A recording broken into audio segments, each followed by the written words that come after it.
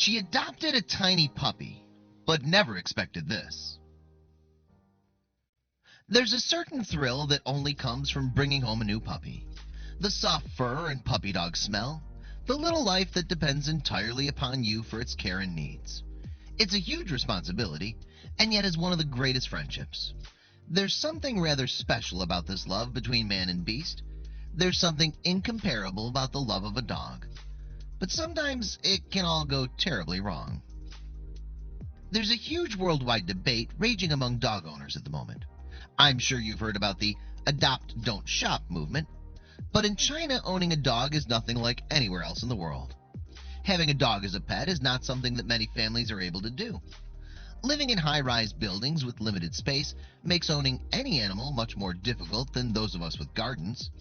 Life with a furry companion is the exception rather than the norm. But that's all changing.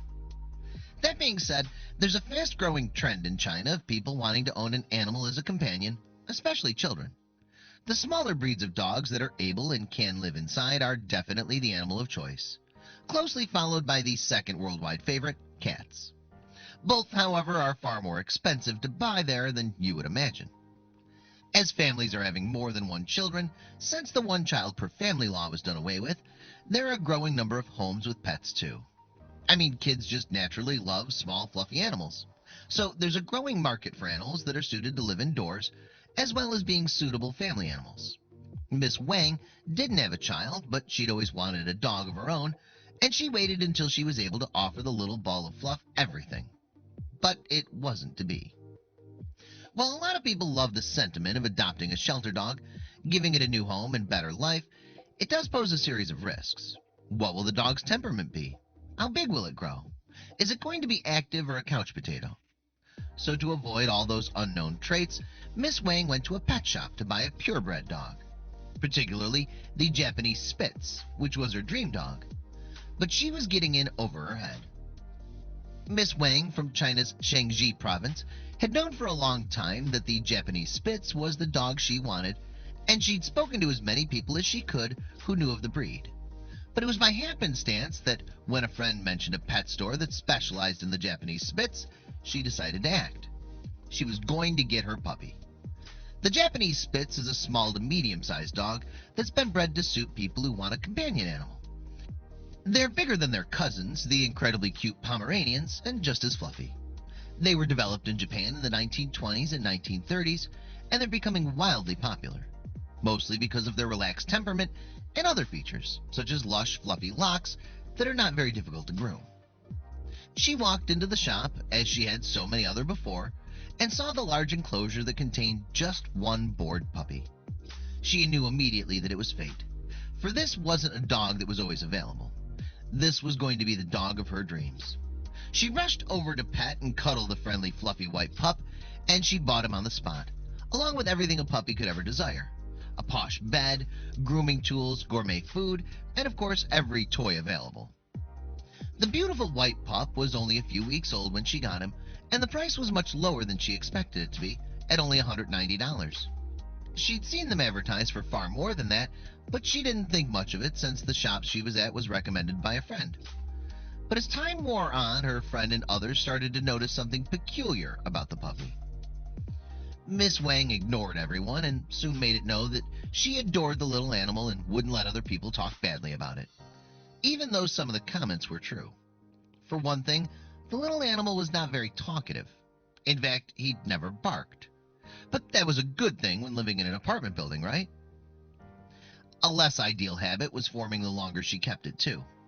The potty training was not going to plan at all. And what was worse was that it always happened while she was asleep. She felt sad that her dog didn't want to spend any time with her when she loved it so much. He was always asleep while she was awake and running amok when she was asleep.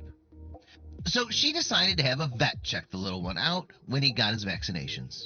But she didn't have a clue what the doctor was about to tell her. Happy that her pet seemed to be in great health, but filled with questions, she arrived at the vet ready for an ordinary checkup. The other animals around the room reacted to this latest arrival with fear, hiding from sight under chairs or in their carriers and barking incessantly. Wishing to be done as soon as possible, Miss Wang forgot all her questions and was walking out the door when the vet said she should probably speak to the zoo. The request left her puzzled, but not for long. The pup had just reached 3 months old when Miss Wang herself admitted that he didn't seem to be growing to look like a Japanese Spitz should. Sure, he was gleaming white, and his coat was becoming very thick, but that's where the similarities ended. She remembered the strange comment about asking someone at the zoo and decided to see if the experts could tell her anything. When she arrived at the zoo, the staff were startled that the animal was walking on a lead wearing a designer collar. They were helpful and tried to be gentle, as a staff member told her, "Based on the size, it's a domesticated fox. It carries a smell in its body, and the smell can get stronger as it grows older." Suddenly Tan, an expert in animal epidemic prevention at Taiyuan Zoo, confirmed the animal to be a fox when Miss Wang brought it in for an examination. Miss Wang couldn't believe her ears. The Japanese Spitz breed was made to resemble a fox, but this was an actual, real-life wild animal that she'd been raising in her home for almost a year. The fur got thicker when it reached 3 months old, its face became pointy, and its tail grew longer than that of a normal dog. Other pet dogs seemed to be scared by my pet, so I walked it on a leash. She now had a difficult decision to make. Should she keep the animal because she loved it, or should she give it the best chance at having as close to a natural life as possible? The zoo staff seemed to think that taking the fox pup back home wasn't the wisest choice, and they even gave Miss Wang all the reasons why. The fox would continue to grow up and become less manageable in a small home, as well as start to get that very musky smell that wild creatures have, too. Miss Wang thought back to how difficult it had actually been to raise the fox pup, and all the small things that made sense now. The failed potty training, the scared pets in the park, and of course the most concerning reason of all. Miss Wang regularly fed the puppy fruit, chicken breasts, and dog food, but it began rejecting all of the options she offered it when it reached 3 months old, and she'd been struggling to feed him anything for a while now. She constantly worried about the young white fox's health now, despite wanting and giving him the best she could. It was ultimately decided that the fox should go on to live at the zoo. It was the only place that allowed the animal to live out its life as naturally as possible. Staying with Miss Wang would only cause the animal distress in the long run. If she had the choice, she would have wanted him to live a natural life, but it simply wasn't an option. Even though the pup was a wild animal, having been raised as a domestic dog puppy would not do it any good in the wild. He wouldn't know what to be fearful of, especially humans, as he wasn't scared of them one bit.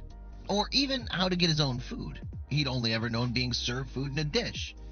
But the decision does come with a happy ending.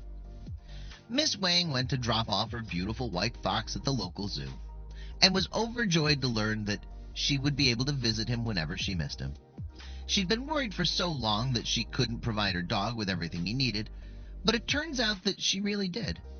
The zoo would make sure the fox's needs were met, and Miss Wang will probably think twice about getting another dog from some shifty breeder.